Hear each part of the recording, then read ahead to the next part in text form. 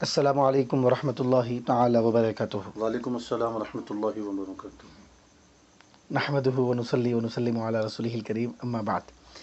بزرگان ملت، برادران عزیز، معزز سامعین و مکرم حاضرین، اللہ سبحانہ تبارک و تعالیٰ کے فضل و کرم سے جامعہ انواریہ حیدرآباد باب العلم انواریہ ایجوکیشنل سوسائٹی کے زیر اہتمام تفسیر مدارک تفسیر نصفی کے دروس کا تسلسل جاری و ساری ہے۔ الحمدللہ سورہ صاد کی آیت نمبر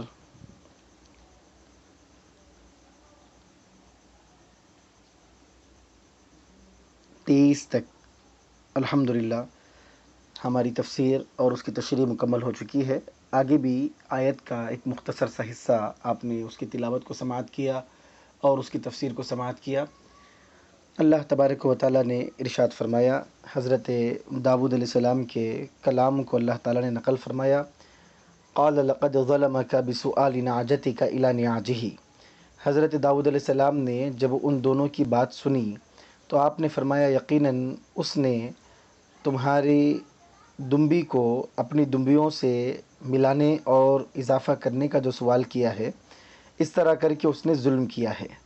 پھر وہ سارا واقعہ آپ نے سماعت کیا، اور یہ بھی آپ نے سماعت کیا کہ حضرت داؤد علیہ السلام یہ واقعہ جو ہوا، اس میں جو اسرائیلی واقعات وغیرہ آئے، اس کا جو رد علامہ امام فخر الدین رازی رحمۃ اللہ علیہ نے جو رد کیا، اس کو بھی آپ نے سماعت کیا، اور حضرت علامہ ابو حیان اندلسی رحمۃ اللہ علیہ نے جو رد کیا، اس کو بھی آپ نے سماعت کیا۔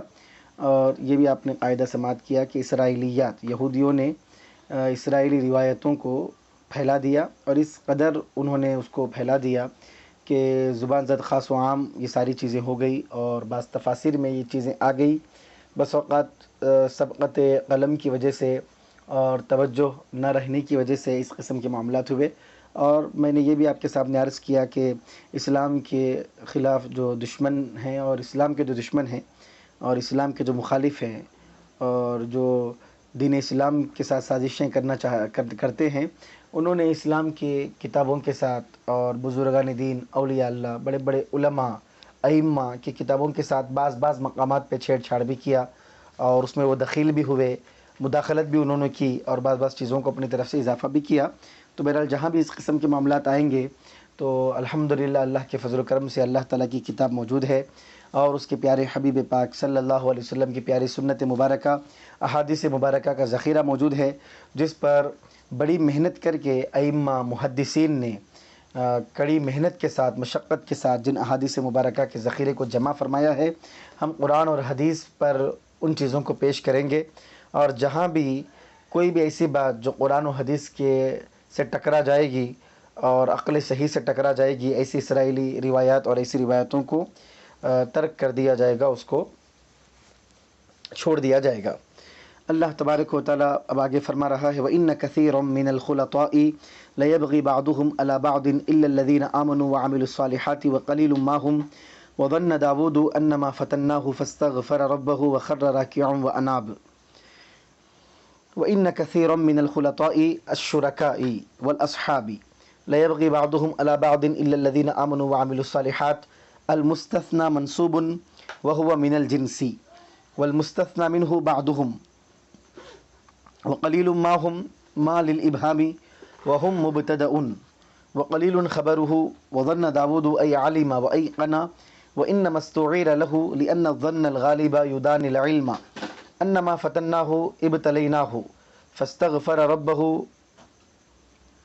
لزلته وخر راكعا أي سقط على وجهه ساجدا لله، وفيه دليل على أن الركوع يقوم مقام السجود في الصلاة إذا نوى، لأن المراد مجرد ما يصلح تواضعا عند هذه التلاوة، والركوع في الصلاة يعمل هذا العمل بخلاف الركوع في غير الصلاة، وأناب ورجع إلى الله بالتوبة، وروي أنه بقي ساجدا 40 يوما وليلة لا يرفع رأسه إلا لصلاة مكتوبة أو ما لا بد منه، ولا يرقع دمعه حتى نبت العشب من دمعه، ولم يشرب ماء إلا وثلثاه دمع۔